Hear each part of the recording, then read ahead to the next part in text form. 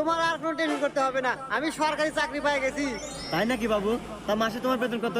আরে 15,000 টাকা বেতন, তোমার চাওয়া পাওয়া সব পূরণ করে দেবো, আর কোনো টেনশন নাই। বাবা দেও আমার কিছু, তোমরা দেও। আমি 3 দিন হলে কিছু খাই না বাবা। তোমরা তো ওই জঙ্গলের মধ্যে খাওয়া দাওয়া কিছু করতে চাও। আপনার ফকির মানুষ, আপনার এত বড় কথা মানে না। না বাবু, ফকির মানুষ মেয়েরা কিছু খায় না, কয়েকটা টাকা দিয়ে দাও।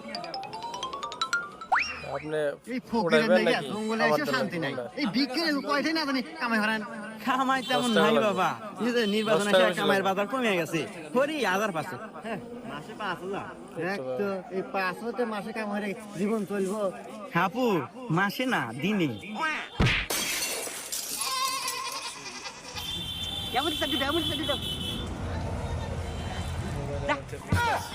হুমন্দি করলো কি রে?